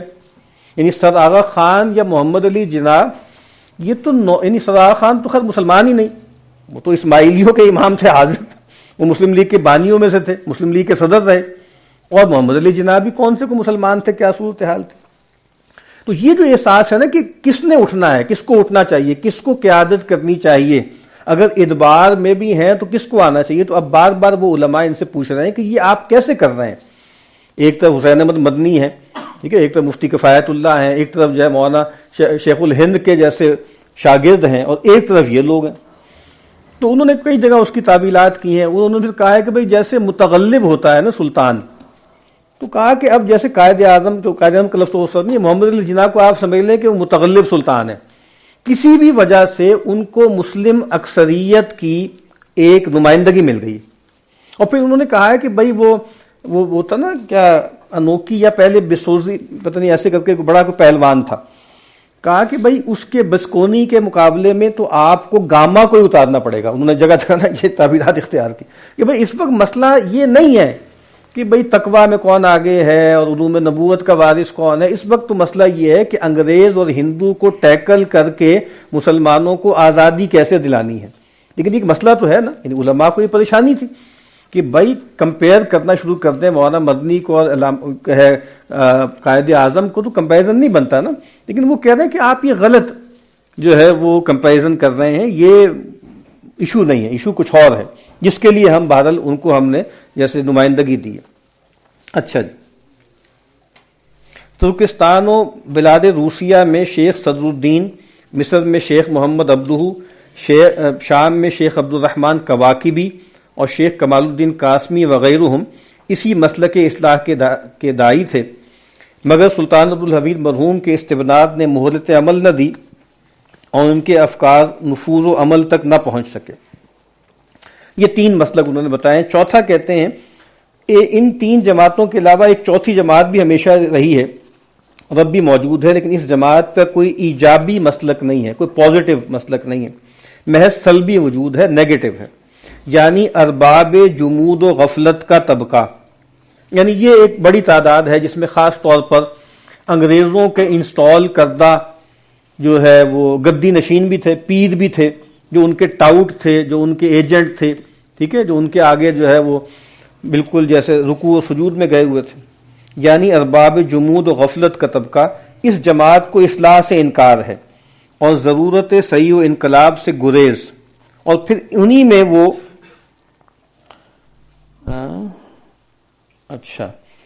انہی میں وہ علماء ہوگا شاید، پتہ نہیں کیا، بل علماء فتن، علماء سو وہ مشائخ دنیا اور دجاجلہ فساد بھی ہیں جو ہر صدائے حق کے جمود اور ہر صحیح اصلاح و عمل کے انکار و مقاومت کو اپنا فریضہ علم و عمل سمجھتے ہیں. میں نے ان کا کوئی ذکر نہیں کیا کیونکہ الحمدللہ ان کی کوئی مقاوم ہستی باقی نہیں رہی ہے. یعنی مطلب یہ ہے کہ یہ لا یعبأ بھی ہیں، یہ کوئی اس قابل ذکر نہیں ہے. تو یہ اب انہوں نے مختلف رسپانسز بتائے ہیں کہ جب یہاں انگریز آیا تھا تو اس کے مقابل میں یہ رویے اختیار کیے گئے. اب ابھی تک جو ہم نے بات کی ہے، کوئی سوال کسی نے کرنا ہے، کسی کا کمنٹ ہے یا کوئی اس میں؟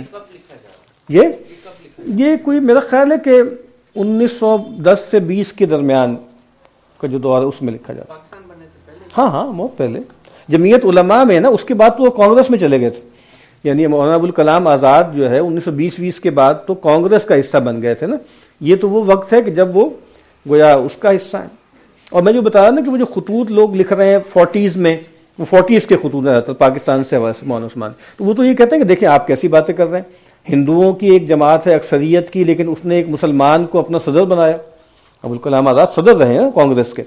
تو کہا کہ بھئی, اور پھر وہ جو بات ہمارے کچھ اور لوگ بھی کہتے ہیں نا کہ کئی لوگ ان سے بار بار پوچھ رہے ہیں کہ آپ نے قائد محمد علی جناح سے یا مسلم لیگ کی قیادت سے کوئی کاغذ لکھوایا ہے؟ یعنی یہ جو کہہ رہے ہیں کہ پاکستان کا مطلب کیا لا الہ الا اللہ, کوئی آپ نے شریعت کیسے نافذ ہوگی, قوانین کیسے ہوں گے, قانون سازی کیسی ہوگی, کوئی کمٹمنٹ لی ہے؟ یعنی کمٹمنٹ تو کوئی نہیں لی, بس وہ بیانات ہیں ان کے. اور پھر وہی ہوا کہ بعد میں مولانا عثمانی روتے بھی رہے, باقاعدہ روتے رہے کہ بھئی ہمارے ساتھ دھوکہ کیا گیا, ہمیں بتایا کچھ اور کیا گیا تھا اور ہمارے ساتھ اس کمٹمنٹ کو پورا نہیں کیا گیا. جناب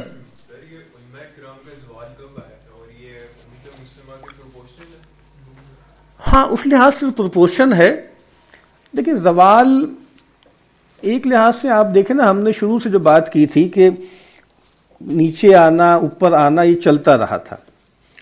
پرابلم تو یہ ہے کہ ایک مغرب میں, یورپ میں ایک اجتماعیت وجود میں آئی تھی جس نے آہستہ آہستہ خدا سے لا تعلقی اختیار کی اور طاقت کے ذریعے ریسورسز کی لوٹ کھسوٹ اور پلنڈرنگ کا ایک پروجیکٹ بنایا, اور جس کے لیے انہوں نے کالونائزیشن کی. خرابی تو ہم نے دیکھا ہے مغلوں میں بھی بے تحاشا تھی, خرابی تو بنو عباس میں بھی رہی ہے, بنو امیہ میں بھی رہی ہے, اور سلطنت عثمانیہ میں بھی بہت رہی ہے. وہ ایشو نہیں ہے. اصل بات تو یہ ہے کہ جب تک آپ کا ایک نظم حکومت ہے اور ایک نظام قضا ہے جو علماء کے سپرد ہے, تو پھر بھی جیسے آپ کی ایک پالیٹی بھی ہے اور آپ کی ایک سوشل قوت بھی ہے علماء کی موجود, اور علماء کا ایک آپ سمجھ لیں کہ چیک ہے حکمرانوں کے اوپر, یہ صورتحال رہ رہی ہے. تو یہ ایک غیر معمولی تبدیلی ہے نا کہ آپ کی حکومت آپ سے چھین لی گئی, آپ کا نظام قضا ختم کر دیا گیا, آپ کے اداروں کے انڈوومنٹس آپ سے چھین لیے گئے. تو اس کے بعد پھر جیسے احساس بہت زیادہ بڑھ گیا, ورنہ شاید آپ یہاں نہیں تھے, ورنہ ہم نے شاہ ولی اللہ صاحب کے جو خطابات پڑھے تھے تو کتنی سخت سخت باتیں کر رہے ہیں. اس وقت پوری طرح ابھی انگریز نہیں آیا تھا, کمپنی آ چکی تھی, لیکن اس طریقے سے غلبہ تو نہیں تھا نا, لیکن اس وقت بھی ان کو احساس ہو رہا ہے کہ بہت خرابی پڑ گئی.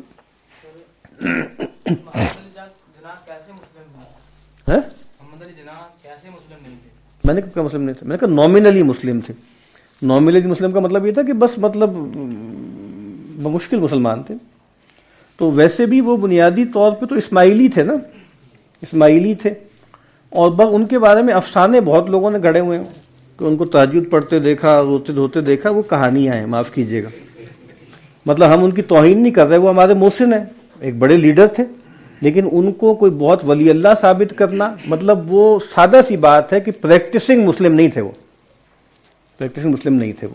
تو یہ سادہ کہ ہم ان پہ الزام تھوڑی لگا رہے ہیں, یہ ایک واقعاتی بیان ہے. تو باقی ایک آدمی نے مسلمانوں کے لیے ایک بہت بڑا خیر کا کام کیا ہے, تو اللہ تعالیٰ کی رحمت سے کوئی بعید نہیں ہے کہ وہ ان کی باقی تمام کوتاہیوں کو معاف کر دیں, اور ہماری دعا ہے کہ ایسا ہو. یعنی کوئی خدا نہ خواستہ ہمیں ان کو کسی جو ہے غلط جگہ پہ پہنچانے میں کوئی دلچسپی نہیں ہے. بعض اوقات ایک آدمی کی کوئی ایک ایسی کنٹریبیوشن ہوتی ہے جو اس کی ذاتی کوتاہیوں کی تلافی ہو جاتی ہے, اس کا کفارہ بن جاتی ہے. تو ہم امید کرتے ہیں کہ ایسا ہی ہو, لیکن یہ تو ایک واقعے کا بیان ہے نا. باقی ان کے بیانات ہر طرح کے مل جائیں گے آپ کو مارکیٹ میں. یعنی آپ کو پتا نا کہ ہمارے جو سیکولر لوگ ہیں وہ بھی یہ کہتے ہیں کہ اقبال اور جناح کا پاکستان ہمیں چاہیے. ہمارے مولوی اور انقلابی لوگ بھی یہی کہتے ہیں ہمیں اقبال اور جناح کا پاکستان چاہیے. تو دونوں نے اپنے اپنے حصے کا اقبال اور جناح کاٹ کے الگ رکھا ہوا ہے. تو وہ ساری کوٹیشنز ان کو آتی ہیں, وہ سارے شعر ویر آتے ہیں, وہ بتا دیتے ہیں موقع بموقع. تو لیکن ہمارا مسئلہ یہ نہیں ہے کہ ہمیں اقبال ٹھیک تھے نہیں تھے, قائد اعظم اسلام چاہتے نہیں چاہتے تھے, مسلمان عوام چاہتے تھے, آج بھی بہت کچھ چاہتے ہیں, حکمران نہیں چاہتے. تو اگر حکمران نہیں بھی چاہتے, سچ بولا تھا, جھوٹ بولا تھا, دھوکہ دیا تھا, جینونلی وعدہ کیا تھا, یہ بھی اہم نہیں ہے. اگر انہوں نے سیکولرزم کی باتیں کی ہیں تو غلط بات کی, اور انہوں نے عوام کے جذبات کے خلاف بات کی اگر انہوں نے کی تو. جی جناب. جیسے ریولوشن اگر نارتھ افریقہ میں آئی وہ علماء کی قیادت میں یا پھر جو عرب میں ہے, تو ہم کیا کہہ سکتے ہیں کہ مولانا ابوالکلام کی جو آئیڈیل آپ کہہ لیں کہ جو ریولوشن ہے یا چینج ہے وہ اس طرح کی, جیسے کہ علماء کی قیادت کے اندر جو کوئی چینج آئی ہو. ہاں لیکن ایشو یہ ہوتا ہے نا کہ باقی جہاں علماء کی قیادت میں جو کچھ ہوا وہاں پہ اکثریت مسلمانوں کی تھی. ہندوستان کے ڈائنامکس میں جو ڈیموگرافی ہے نا یہ بڑا مسئلہ ہے کہ وہاں وہ بار بار یعنی شبیر احمد عثمانی صاحب یہی تو کہہ رہے ہیں کہ بھائی 1/3 اور جو ہے بلکہ 3/4 اور جو ہے 1/4 کا تناسب ہے آپ کا. آپ کیسے کہتے ہیں کہ آپ ہندوؤں کے جو ہے تعصب جگہ جگہ کہتے ہیں شاردا کمیشن میں کیا ہوا تھا ہندوؤں کا تعصب نہیں آپ دیکھ رہے. تو وہ ان کی باتوں میں بھی بڑی حقیقت ہے کہ آپ ایک ڈس ایلوژنمنٹ میں ہیں.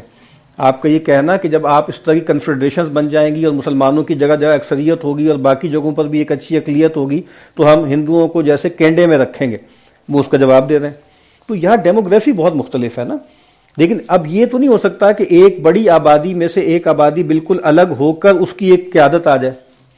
تو یہاں یہی تو ایشو تھا نا متحدہ قومیت کا اور اس کا. تو ہم کہہ سکتے ہیں کہ ان کا کانگریس میں آنا بھی بعد میں اس کا کوئی بات کا تعلق ہے. تعلق تو ہے نا کہ بھائی مطلب انہوں نے جب کہا نا کہ جب شبیر احمد عثمانی صاحب کو بتایا کہ بھئی یہ جو لوگ ہیں جاگیردار ہیں اور بلکہ کئی علماء ان کو لکھ رہے ہیں کہ یہ مسلم لیگ کے سارے لیڈر ٹوڈی ہیں. ٹوڈی جو ہوتے ہیں مطلب جاسوس ہیں. تو وہ کہتے ہیں کہ اس کا ذمہ دار بھی آپ لوگ ہیں. علماء کو چاہیے تھا کہ آتے ادھر ہاتھ مضبوط کرتے قیادت میں آتے. اب آپ دیکھیں نا تنازع فرق ہے. وہ یہ کہہ رہے ہیں کہ علماء سارے بڑے وہاں چلے گئے متحدہ قومیت والے ادھر آتے تو ان کے ہاتھ مضبوط کرتے تو اس طرح کے لوگ قیادت میں نہ آتے. تو اب وہ گویا اس طرح کی جس طرح مطلب مثال کے طور پہ یعنی ویسے بلا تشبیہ کہہ رہا ہوں وہ جو حدیث عمار ہے تو اب اس میں وہ کہتے ہیں کہ بھائی اصل میں تو قاتل وہ ہیں جو لے کر آئے. وہ ابھی تک اس پہ بحث چل رہی ہے نا. تو وہ اس طریقے سے پھر جیسے آرگومنٹیشن اور ڈائلیکٹکس جو ہیں وہ چل رہے ہوتے ہیں. ڈاکٹر صاحب کی کتاب ہے نظریہ پاکستان علامہ اقبال اور اس میں ساری وہ لکھتے ہیں کہ جماعت علی گولڈی شاہ صاحب جو تھے جماعت علی شاہ ان سے کسی نے سوال کیا مہر علی شاہ گولوڑی اور ہیں جماعت علی شاہ اور ہیں. ہاں وہ کہہ رہے تھے کہ آپ اتنے بڑے عالم ہیں اور پیر ہیں اور آپ ہی کہ ان کے پیچھے لگ رہے ہیں داڑھی منڈے کے پیچھے. تو انہوں نے کہا تھا کہ جو ہماری جو ایک جو سیاسی قیادت کے طور پہ ہم نہیں ہم ایک کارکن کے طور پہ ان کے پیچھے کیونکہ وہ ایک نعرہ بھی انہوں نے لگایا پاکستان کا مطلب کیا مطلب لا الہ الا اور اس کے ساری وہ حسین شہید سہروردی جو ہیں بنگال کے تھے وہ بھی کہہ رہے تھے کہ پاکستان کے مطلب بننے کے وہ جو نعرہ ہے وہ سیاسی نعرہ تھا. اور اس طرح دیکھیے میں تو یس کر رہا ہوں نا کہ علماء نے تو یہ بات کہی ہے کہ ہمیں مسلمانوں کا مقدمہ لڑنے کے لیے ایک ایبل اور ایک ذہین وکیل کی ضرورت تھی.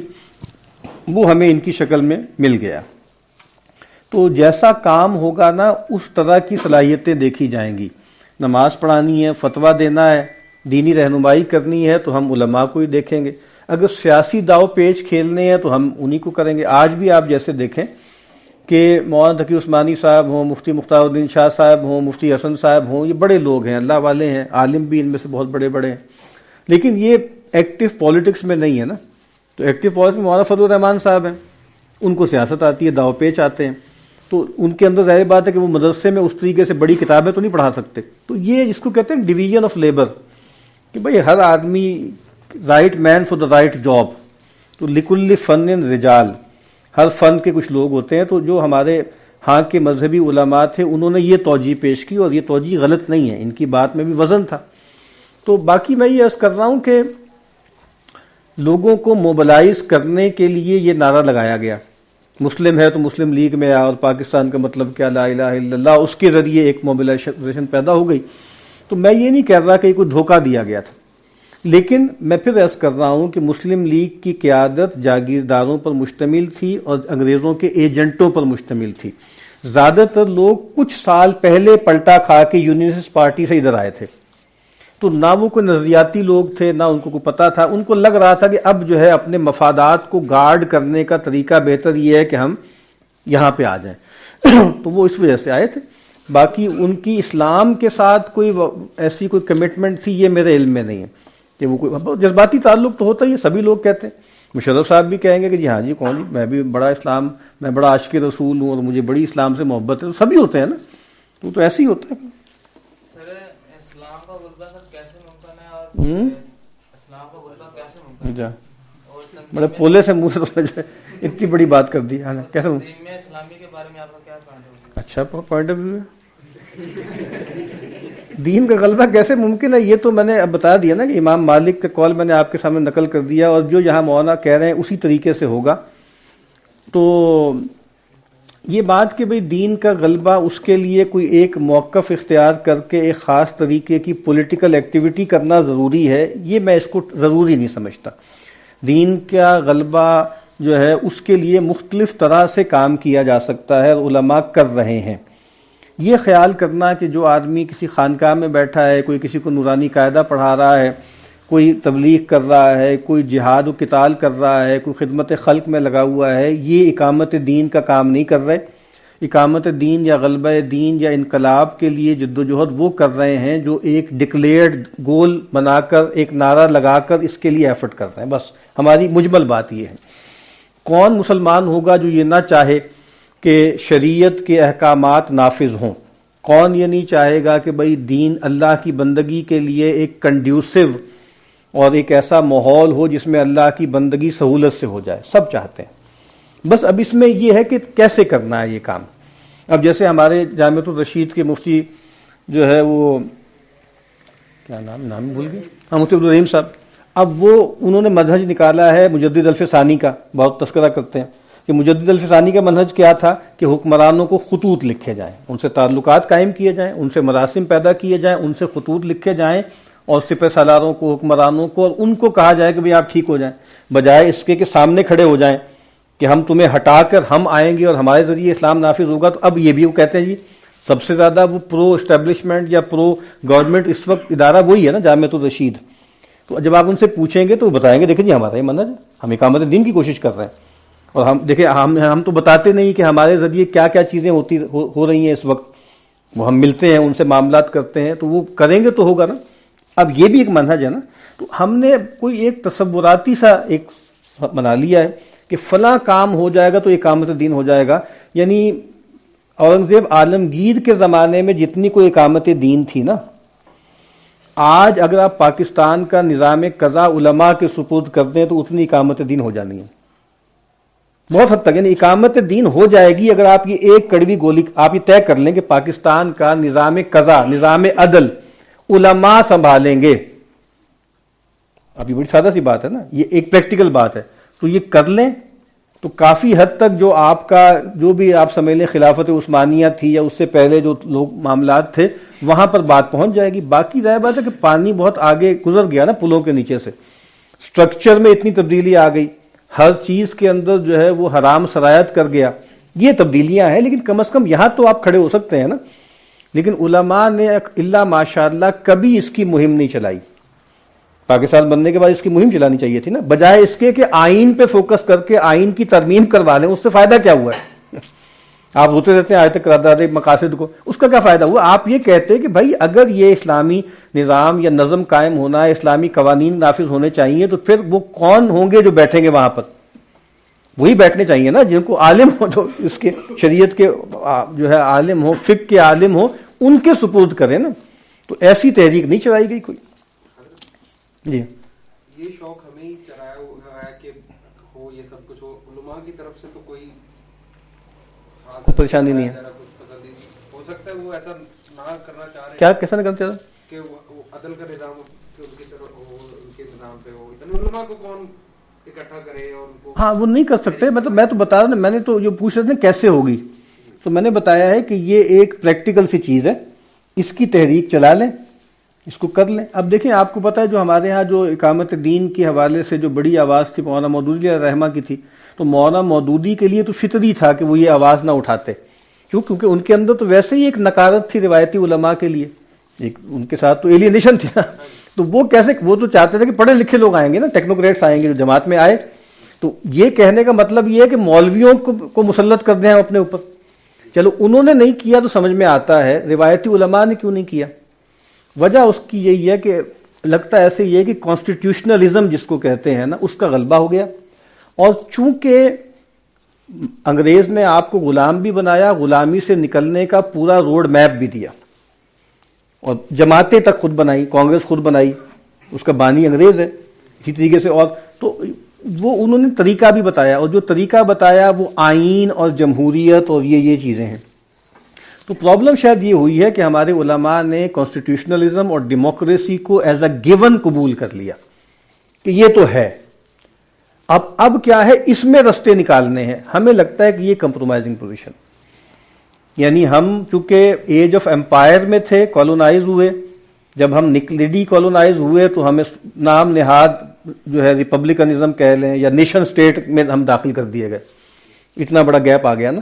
تو اب اس میں پتہ لگا کہ طریقے اب یہی ہیں، کاؤنسلز بنائی جائیں گی. اچھا، اب نمائندگی جو بنیادی لفظ رہا ہے وہ نمائندگی کی سیاست ہے، تو وہی نمائندگی کی سیاست آج تک چل رہی کہ پارلیمنٹ میں علماء کو ہونا چاہیے، اور علماء کے لیے بھی جمعیت علماء ہے، جمعیت علماء پاکستان ہے یا جمعیت اہل حدیث ہے، تاکہ وہاں بیٹھ کر وہ دوسری آواز بلند کرتے رہیں. تو یہ ہمیں لگتا ہے کہ یہ ایک پرابلم ہے، واللہ عالم، کہ اس پورے فریم ورک کو، اور میں اپنے ان اساتذہ کی بات کو ٹھیک سمجھتا ہوں کہ modern democracy necessarily human rights constrained ہے. خلاص ماڈرن کنسٹیٹیوشن جتنے بنے ہیں نا وہ جو ہے ہیومن رائٹس کے چارٹر کو سامنے رکھ کر بنے ہیں، حقوق کا سارا تصور اس میں ہے، وہ اسلامی ہو ہی نہیں سکتا. یعنی ہیومن رائٹس کا جو چارٹر ہے یو این کا اور باقی وہ بنا ایک خاص ذہن سے ہے، وہ سیکولر ذہن سے بنا ہے. تو اس کو اسلامیانہ، ہمیں تو بار بار شکایت یہی ہوتی ہے کہ ہر چیز کو اسلامائز نہیں کیا جا سکتا. ابھی ایک صاحب وہی اسی مدرسے کے جو ان کے جو اینکر پرسن وغیرہ ہیں، میڈیا کے انچارج ہیں، وہ ماڈلنگ بھی کرتے ہیں خوشبو کے لیے، اس کے لیے، اس کے لیے. تو ابھی ایک پوڈ کاسٹ آیا، انہوں نے کہا حضرت جو آپ ماڈلنگ وغیرہ کرتے ہیں اس کی شرعی حیثیت کیا؟ انہوں نے کہا ان اللہ جمیل یحب الجمال، اور پھر عزت کی محبت اور سب وہ بات. پھر انہوں نے کہا کہ دیکھیں بات یہ ہے کہ ہم تو باقاعدہ انہوں نے کہا اسلامائزیشن کا لفظ استعمال کیا. ہم مطلب ہر چیز کی اسلامائزیشن کریں گے نا، تو ہم ماڈلنگ میں ہم کیٹ واک تو نہیں کریں گے، تو ہم اس کو اسلامائز کریں گے. سبحان اللہ، الحمدللہ، ماشاء اللہ کہہ کے بات شروع کریں، تو وہ ہم اداکاری وغیرہ ہم کریں گے. یعنی اس پہ ان کو کوئی دقت نہیں ہے. یعنی ہم باقاعدہ اداکاری کریں گے، فریب دیں گے، وہ چیز ہم نے استعمال نہیں بھی کی ہوگی تب بھی ہم بتائیں گے. یعنی آپ نے دیکھا ہوگا نا اس طرح کے جو کئی انفلوئنسرز ہوتے ہیں وہ کہتے ہیں ہاں یہ ویسے پروڈکٹ میں نے ویسے ہی پہلے بھی استعمال کیا ہوا ہے یہ بتاؤں، حالانکہ اس وقت بھی استعمال نہیں کریں گے، لیکن وہ چونکہ آئے ہیں ساتھ پیسوں کا لفافہ بھی ہے، تو اب وہ بات بتائیں گے یہ میں ویسے پہلے بھی استعمال کر چکا ہوں، لیکن اب مجھے زیادہ شعور پیدا ہوا ہے کہ یہ بہت ہی اچھا ہے اور اس میں یہ چیزیں پیدا ہو گئی. تو وہ ماڈلنگ کو بھی انہوں نے اسلامائز کر لیا نا. تو ہر چیز کو اسلامائز کیا جا سکتا ہے. ہمیں اس پر اشکال ہے، ہمیں لگتا ہے کہ نہیں ایسے نہیں ہو سکتا. ڈیموکریسی کو اسلامائز کرنا، کانسٹیٹیوشن کو اسلامائز کرنا، ہیومن رائٹس کو اسلامائز کرنا، یہ آسان بات نہیں ہے. یہ بالکل ایک ان کی آنٹولوجی الگ ہے نا، ان کی وجودیات الگ ہیں، علمیات الگ ہیں. جناب سر ابھی آپ نے کہا تھا کہ یہ جو اگر ہم عدل کا نظام قائم کر لیں، علماء کرام کو بٹھا لیں تو کافی بہتر حالات ہو جائیں. سر اگر ہم اس کی جگہ لاز کو اتنا اسٹرانگ کر لیں اور اس کو ری رائٹ کر کے اسلامک لاز لے ہیں، ویسے وہاں پہ بندہ جو بھی ہو، اور اگر اس پہ یہ نافذ ہے کہ وہ انہی لاز کو فالو کرے. اصل میں دیکھیں بات یہ ہے نا کہ شریعت کو کوڈیفائی کرنا اس طریقے سے ہوا یہ تھا کہ وہ ظاہر بات ہے کہ آپ کو پتا نا انگلش ایکٹ تھے، برٹش ایکٹ تھا، اس ایکٹ ہی کو اردو میں یا ہندی میں کر دیا گیا چینج. ایسے نہیں ہوتا، ایسے نہیں ہوتا. فریم ورک مختلف ہے. مسلمان قاضی کا پرسونا بالکل مختلف ہے آج کے جسٹس صاحب ہیں اس سے. آج تو کہتے ہیں وہ لوگوں سے ملے ہی نہ، کسی سے بات ہی نہ کرے. مطلب وہاں قوانین تو چند تھے، آدمی تھا، اور وہاں پر جو بات ہو رہی تھی وہ تھی.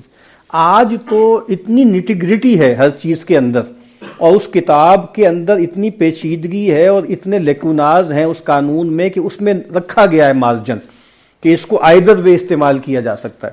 تو اس سے ہاچ پاچ مچ جائے گا نا. تو سادہ سی بات ہے، مثال کے طور پر آپ فتاوی عالمگیریہ جو ہے اس کو نافذ کر دیں، ٹھیک ہے، اور پھر آپ علماء کو وہاں بٹھا دیں. اس کانسٹیٹیوشن کے ساتھ جو کچھ بھی آپ کرتے رہیں گے وہ بات نہیں بنے گی نا. میں بتا رہا ہوں کہ اس کا فریم ورک بالکل مختلف ہے. آپ کو بالکل ایک نئے ذہن کے ساتھ یہ سب کرنا پڑے گا. تو مطلب ہمیں یہ لگتا ہے کہ جو قلم کاری ہے نا یہ نہیں چلے گی اور چل بھی نہیں رہی. لیکن جو دوسرا آپشن ہے وہ چونکہ اتنا زیادہ ان ریئلسٹک ہے، اور نان پریگمیٹک ہے کہ لوگ کہتے ہیں کہ یار جو ہو سکتا ہے وہ کر لو، اور یہی ایک منطق ہے جو چلی آ رہی ہے، چلیں جو ہو سکتا ہے وہ کر لو، لیکن چلو کوئی آئیڈیل تو رکھو۔ ہمیں شکایت یہ ہے کہ کوئی آئیڈیل بھی نہیں ہے نا اس کا، کہ اس کو یکسر بدلنا ہے۔ یعنی آپ کہتے ہیں کہ انکریمنٹل چینج کرتے کرتے کرتے کرتے کرتے یہ اسلامائز ہو جائے گا، نہیں ہوگا، ایسے نہیں ہوگا۔ آپ فار دا ٹائم بینگ جو مل رہا ہے وہ لے لو، لیکن کوئی لائے عمل ایسا تو ہونا کہ اس سب کو بلڈوز کر کے اسکریچ سے ایک نئی عمارت بنانی ہے۔ تو وہ جو ہے اب افغانستان والے 2 مرتبہ انہوں نے یہ کیا، پہلے بھی کیا، اب دوبارہ بھی کر رہے ہیں تو وقت لگ رہا ہے، کچھ غلطیاں بھی کر رہے ہیں، کچھ ٹکر بھی مار رہے ہیں، لیکن کہا کہ نہیں ہم نے الیکشن نہیں کرانا، ہم کوئی آئین وائن کانسٹیٹیوشن کو نہیں مانتے، ہمارے اپنے معاملات ہیں، اپنے طریقے سے ٹیکل کریں گے۔ یہ آپ کو کرنا پڑے گا نا۔ چائنا نے مثال کے طور پہ برسوں، آج بھی ان کے ہاں میرے فیس بک ٹویٹر وغیرہ نہیں ہے، اپنے انہوں نے پلیٹ فارمز بنائے ہیں، کہا کہ نہیں ہم نے آنے دینا، چلا کے دکھا دیا نا۔ تو میں یہ بتا رہا ہوں کہ اس سارے کو قبول کر کے اس میں کچھ امینڈمنٹس کر کے کرنا ہمیں نہیں لگتا کہ یہ بہت فروٹفل ہے۔ جو کر رہے ہیں وہ اچھی نیت سے کر رہے ہیں، کچھ نہ کچھ اس کے فائدے بھی ان کو مل رہے ہیں۔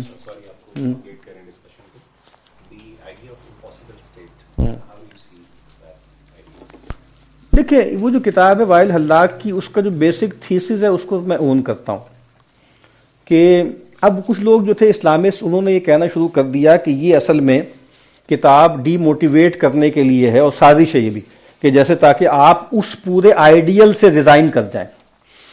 ہم یہ کہتے ہیں کہ وہ کتاب ہمیں یہ سکھا دیتی ہے کہ ماڈرن سٹیٹ کیا ہوتی ہے، اس کے میکینکس کیا ہوتے ہیں، اس کی جینیالوجی کیا ہے۔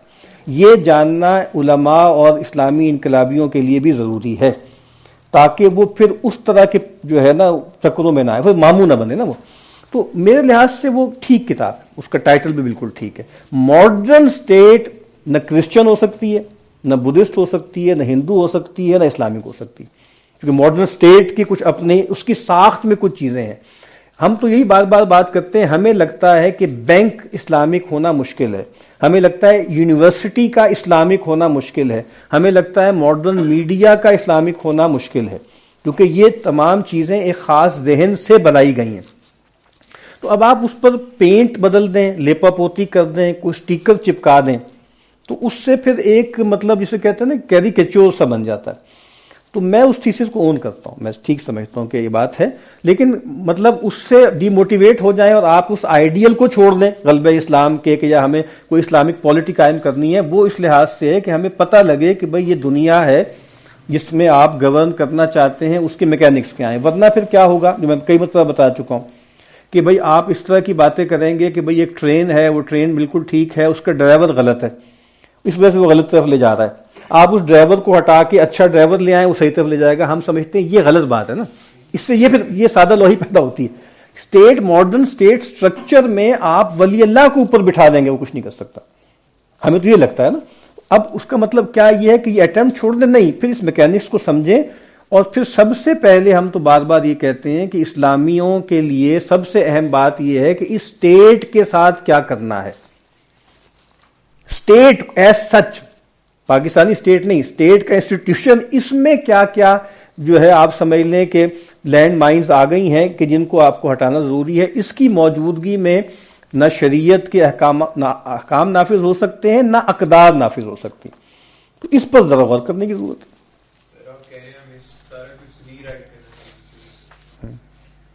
مطلب مراد یہ ہے کہ ری رائٹ کا مطلب یہ ہے کہ ری رائٹ بھی نہیں کرنا، ذرا پریمیٹو ہونا ہے بس۔ پرابلم اصل میں یہ ہوتا ہے کہ اس میں آپ کو پیچھے جانا پڑے گا، اور چونکہ ہم ایک ایوولوشنری ڈسکورس کو مان چکے ہیں کہ موجودہ دور میں دنیا جہاں پر ہو چکی ہے اس کو ریسیٹ نہیں کیا جا سکتا، اس کو پیچھے نہیں لے جایا جا سکتا، اس نے آگے ہی جانا ہے۔ تو اس کا مطلب یہ ہے کہ یہ جو سٹرکچرز ہیں یہ ویلیو نیوٹرل ہیں اور نیچرل ہیں، اور بس آپ کو اس کے اندر ایک صحیح روح پھونکنی ہے۔ ہارڈ ویئر بالکل ٹھیک ہے، سافٹ ویئر نیا ڈالنا ہے۔ ہمیں لگتا ہے نہیں ہارڈ ویئر میں مسئلہ ہے، سافٹ ویئر میں تو مسئلہ ہے ہی، ہارڈ ویئر میں مسئلہ ہے، اس کو ٹھیک نہیں کیا جا سکتا، اس کی ٹھیک ٹھاک جیسے کو ریفربش کرنا پڑے گا اس کو، یا کوئی ایسا معاملہ کرنا پڑے گا، ایز سچ اس کو کرنا یہ ممکن نہیں۔ اور آپ کو پھر وہی بات کہ پریمیٹو ہونا پڑے گا، ماڈرن ہونے کے تقاضوں کو چھوڑنا پڑے گا۔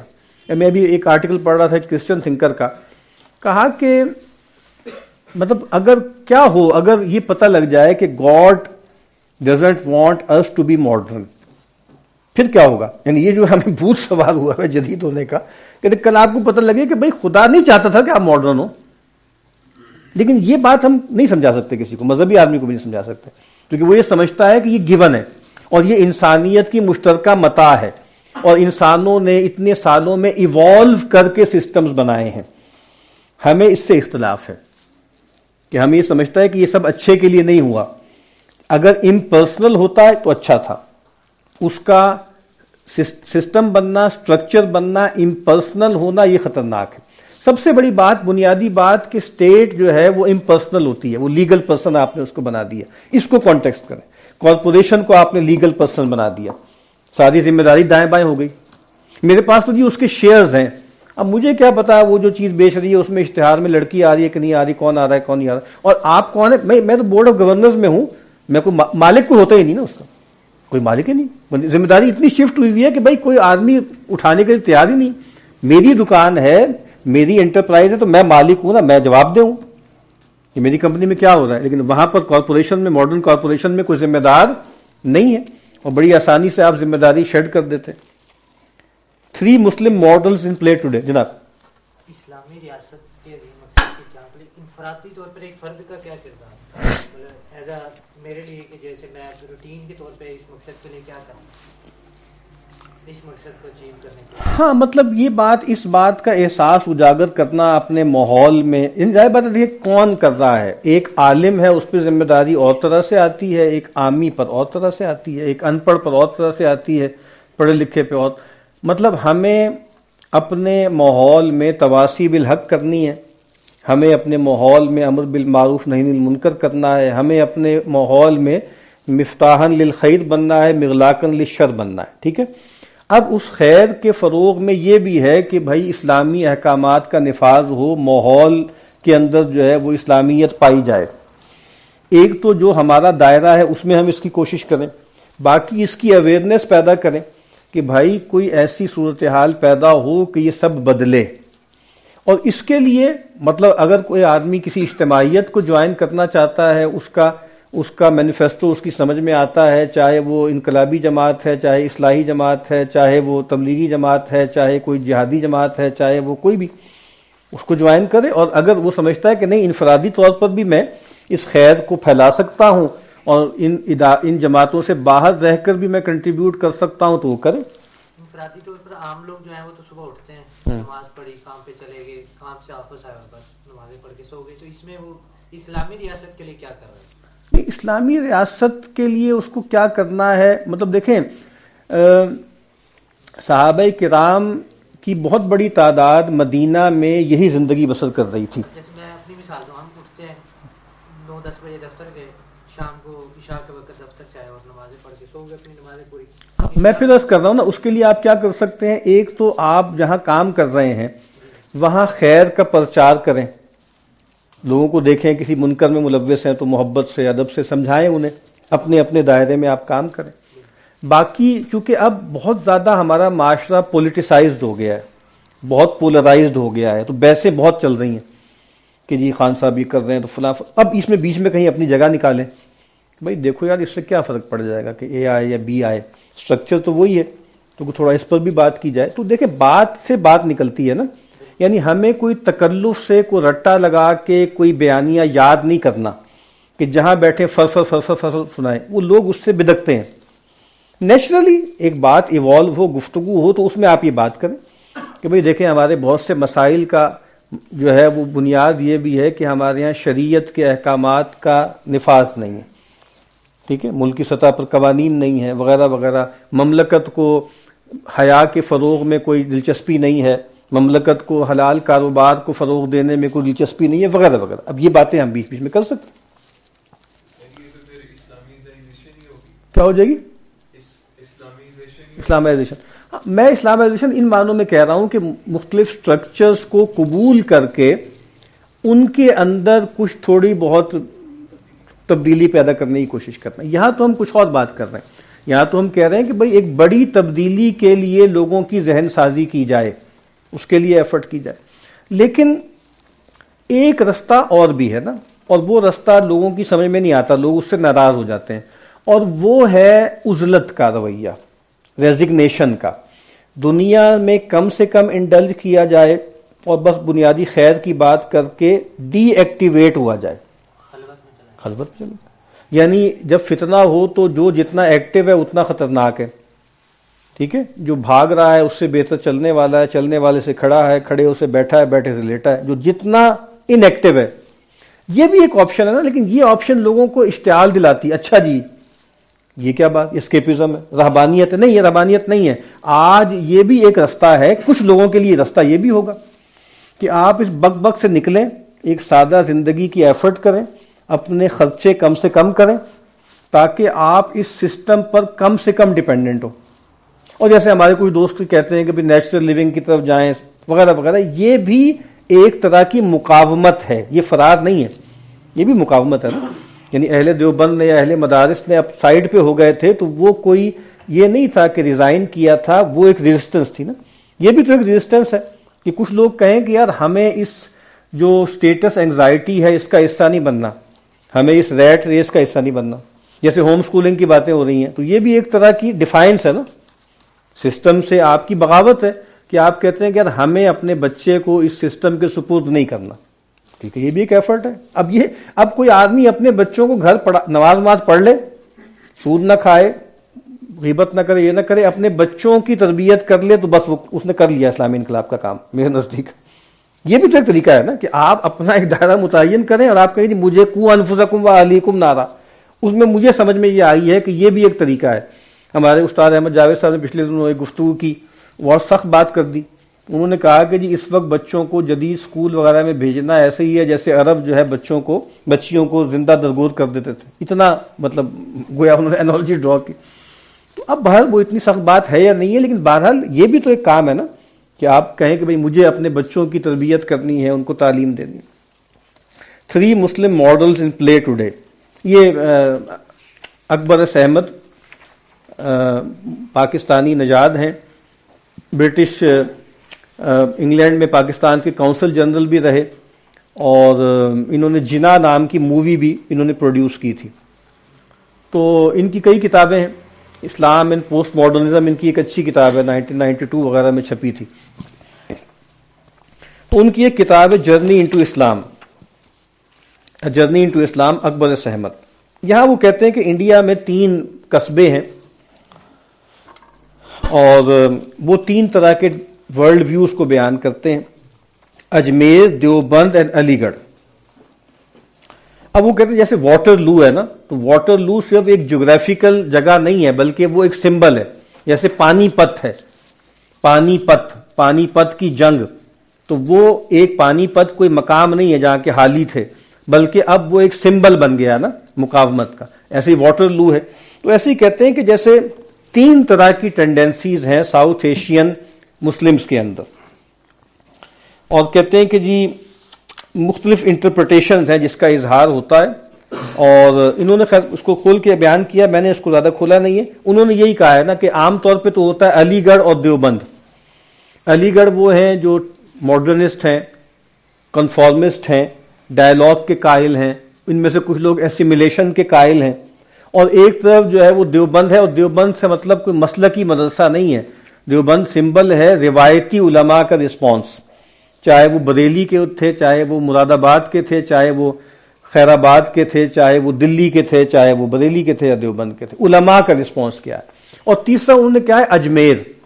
اجمیر کیا ہے، وہ ایک طرح کا جو صوفی اسلام ہے یا ایک فوک اسلام ہوتا ہے، ٹھیک ہے، جس کو آپ سمجھ لیں لو اسلام کہتے ہیں. یعنی گیلنر کہتا ہے ایک ہائی اسلام ہوتا ہے وہ اربن اسلام ہے، اور ایک لو اسلام ہوتا ہے جو فوک اسلام ہے.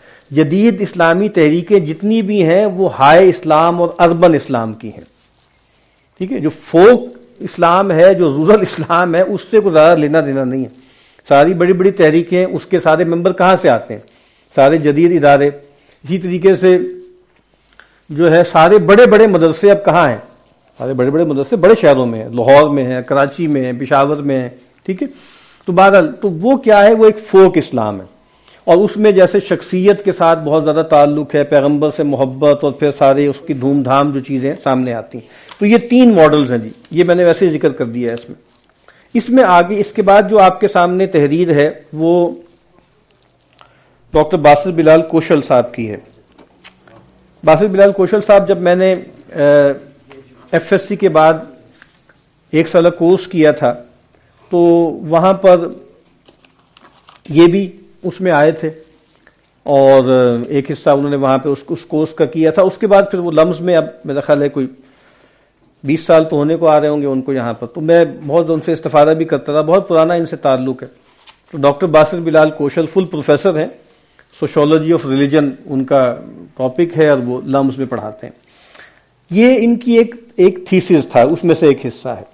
یہ تھیسس بنیادی طور پہ انہوں نے ہارٹ فورڈ سیمینری ہے امریکہ میں، وہاں سے انہوں نے ایم اے کیا تھا، مسلم کرسچن ریلیشن شپ میں میرے خیال کو ڈگری تھی، وہاں سے انہوں نے کیا. وہ جو ان کا ایم اے کا تھیسس تھا نا، اس میں سے یہ حصہ ہے. پھر اس کے بعد جب وہ جو تحریر انہوں نے لکھی تھی یا چھپی تھی، اس وقت وہ ڈرو یونیورسٹی سے پی ایچ ڈی کر رہے تھے. اس کے بعد پھر انہوں نے ایک اور سیکنڈ پی ایچ ڈی بھی ورجینیا سے کی، اب لمز میں ہوتے ہیں.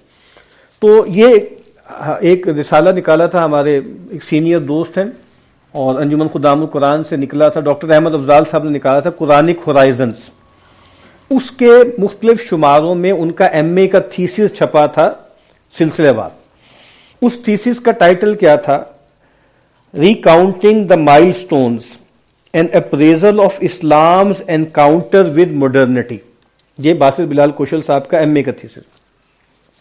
اس میں انہوں نے اس تھیسس کی بنیاد بنائی تھی ڈاکٹر صاحب کی اس کتاب کو، جس کا ہم نے پہلے اقتباس پڑھا، اسلام کی نشت ثانیہ کرنے کا اصل کام. اس کتاب کو کھولا ہے کہ جب ماڈرنٹی آئی، پہلا اس کا جو چیپٹر ہے وہ اس کے شماروں میں موجود ہے ڈیفائننگ ماڈرنٹی، وہ ہے کیا. پھر Muslims response to modernity, varieties of Muslim response. اس کے بعد پھر اس کا انالیسس کیا ہے اس رسپانس کا، اور پھر اس کے بعد پوسٹ ماڈرن پاسبلٹی اسلام کی کیا ہے، اس پر انہوں نے لکھا. 5 ایک قسطوں میں وہ پورا ان کا تھیسس چھپا ہے. تو اس میں انہوں نے، جیسے ڈاکٹر صاحب نے تو 2 کیے تھے نا، 2 طرح کے جو ہے وہ رسپانس سامنے آئے، ایک جو ہے وہ علی گڑھ کا اور ایک دیوبند کا، ٹھیک ہے. اور ایک جیسے اصحاب کہف کا تھا، اور ایک یہ تھا کہ بھئی ٹھیک ہے ہمیں کنفرنٹ کرنا ہے. انہوں نے 4 نکالے ہیں، یہ سامنے لکھے ہوئے. اس میں ایک جو ہے وہ آئسولیشنسٹ اپروچ ہے، ٹھیک ہے، اور یہ وہی ہے، یعنی جو آپ سمجھ لیں اصحاب کہف والی ہے اور علماء کی ہے. کیونکہ مغرب جو ہے وہ ایتھیزم ہے، انارکی ہے، ڈسبلیف ہے. اور جو آدمی بھی مغرب کے نظریات، اداروں، یہاں تک کہ افراد کے ساتھ بھی میل جول رکھتا ہے، تو ڈر یہ ہے کہ وہ جو وائرس آف ڈس بلیف ہے اس سے وہ انفیکٹ ہوگا. ٹھیک ہے. تو اب ہمیں کیا چاہیے؟ ہمیں جو روایتی ہمارے جو تعلیمی ادارے ہیں، اسکالرشپ ہے، اس کو ہم نے محفوظ کرنا ہے اور اس کو جیسے بچانا ہے. تو یہ وہی اصحاب کہف والی مولانا مناظر حسن گیلانی علیہ الرحمہ کے نزدیک، اور دیوبند کا جو ماڈل تھا، یہ کون سا، اس کو کیا نام دیا؟ Isolationist approach. دوسرا ہے ارلی ماڈرنسٹ، یہ سر سید کا ہے، ٹھیک ہے، انٹریکٹ کرنا ہے پازیٹیولی. اور مغرب جو ہے وہ انلائٹنمنٹ کی سرزمین ہے، پروگرس، پراسپیرٹی، وہی بات کہ مغرب اور ترقی وہ بالکل جیسے اٹیچ ہو چکے ہیں. اور یہ 19ویں صدی کے آخری اس میں یہ سامنے آیا. اور ہمیں ماڈرن سائنس کو خاص طور پہ دیکھنا ہے، اور اپنے زوال سے نکلنے کے لیے کیا کرنا ہے؟ انگریزی تعلیم، انگریزی علم، انگریزی زبان، انگریزی تمدن کو اختیار کرنا ہے، جو سر سید احمد خان اور علی گڑھ کا موقف تھا. یہ کون سا ہے؟ Early modernist. تیسری سٹین کیا ہے؟ ریوائولسٹ اسلام. ٹھیک ہے، جو مثال کے طور پر جس کی ایک شکل سامنے آئی شیخ الہند کے ہاں بھی سامنے آئی، ریشمی رومال تحریک میں سامنے آئی، ٹھیک ہے. پھر اس کے بعد اسی کی ایک شکل تھی علامہ مشرقی کے ہاں، جو خاکسار ان کی تحریک تھی، اس میں سامنے آئی. اسی کا اظہار ہوا مولانا سید ابو الاعلیٰ صاحب مودودی کے ہاں جماعت اسلامی کے تحت.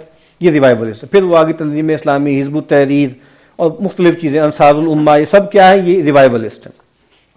وہ کہتے ہیں جی اسلام دین ہے، مذہب نہیں ہے، اور دین غلبہ چاہتا ہے، اور ایسے جو دین ہے اس کے غلبے کی جدوجہد ہمیں کرنی ہے. اور مثال کے طور پہ ان کے ہاں ان کے بیانیے میں عبادات انسٹرومنٹل ہیں اور حکومت جو ہے ایک طرح سے ایک آئیڈیل ہے، ایک یعنی اینڈ جو ہے وہ حکومت ہے اور عبادات کیا ہیں، وہ ایک مین ہے، مینس ٹورڈز سم اینڈ. یہ ریوائول اسلام ہے. یہ بھی کلونیل دور میں سامنے آیا نا، 1942 میں یا 41 میں قائم ہوئی جماعت اسلامی. اس وقت ظاہری بات ہے کہ انگریز ہی کا دور تھا، اور اس سے پہلے 1928 میں جو ہے وہ اخوان المسلمون بنی تھی مصر میں. کنٹمپرری ماڈرنزم، اب بٹ کنٹمپرری بھی بدلتا رہتا ہے نا، یہ 1996 کی تحریر ہے، ٹھیک ہے. اس کے بعد بھی آپ سمجھ لیں کوئی تقریباً کوئی آپ سمجھ لیں کہ کوئی 28 سال تو ہو ہی چکے، ہاں 28 سال ہو چکے، اس میں گزر چکے. تو کنٹمپرری کا مطلب بدلتا رہتا ہے. لیکن وہ اب جیسے ڈاکٹر صاحب نے تو دو میں تقسیم کیا تھا، انہوں نے ایک تو ریوائولسٹ نکالا اور ایک ماڈرنسٹوں کو بائیفرکیٹ کر دیا، ایک ارلی سر سید اور ان کا گروپ اور ایک بعد والا. اس میں خاص طور پر کوشل صاحب نے ڈاکٹر فضل الرحمان کو ہائی لائٹ کیا، ان کے تھیسس کو اور ان کے نظریے کو. اب وہ کہتے ہیں کہ جی یہ ایسی پریکٹسز جو کہ ماڈرن تھاٹ اور انسٹیٹیوشنز کے ساتھ لگا نہیں کھاتی، ان کو ریکنسیڈر کرنا. گول کیا ہے؟